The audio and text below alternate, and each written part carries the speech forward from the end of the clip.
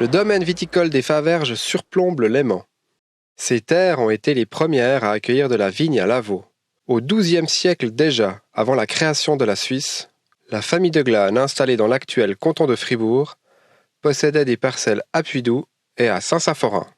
C'est les premières terres qui ont été défrichées et plantées aux vignes ici. Si nos amis de la ville de Lausanne disent que c'est chez eux, c'est faux. Pour mettre en valeur ces propriétés qui n'étaient alors que des friches, elle fait appel aux services de moines venus de Bourgogne pour y planter de la vigne. Aujourd'hui, le domaine de 15,5 hectares appartient à l'État de Fribourg. Son responsable, Gérald Valélian, a fait le pari d'une culture 100% biologique depuis 2013. L'envie de se réapproprier le métier, de se réapproprier la lecture du sol, la lecture des plantes et pas seulement la lecture d'un guide de traitement fourni par le vendeur de produits. Pour accompagner la vigne dans cette transition exempte de produits chimiques, il accueille voilà plusieurs années un troupeau de brebis. Gourmandes, les bêtes vont manger les herbes qui jonchent les parcelles de vigne. Mais pour protéger ce désherbant vivant, 2 nouveaux membres se sont joints au domaine cet hiver. Caramel!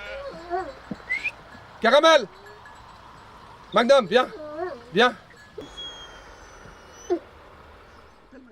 Les chiens des Pyrénées, plus communément appelés patous, ont un rôle protecteur pour les 25 brebis que compte le troupeau. Ce n'est pas des chiens de troupeau dans le sens où on l'entend qu'ils regroupent et qu'ils gardent le troupeau. Eux, ils veillent qu'il n'y ait pas d'intrus qui viennent. Donc ils réagissent quand il y a des promeneurs, même sur les bords de chemin. S'il y avait des renards, parce que quand on reçoit les agneaux assez petits, potentiellement ils peuvent être attaqués par des renards. Bon, le loup, on ne va pas trop en parler. On sait qu'il est passé tout près d'ici parce qu'il se déplace entre les Préalpes et le pied du Jura. Mais ce n'est pas forcément ça le plus grand danger. Pour le vigneron, la menace de vol de brebis est bel et bien présente. Si les 2 chiens protègent les ovins de manière instinctive, on exige aussi de leur part une adaptation à leur environnement.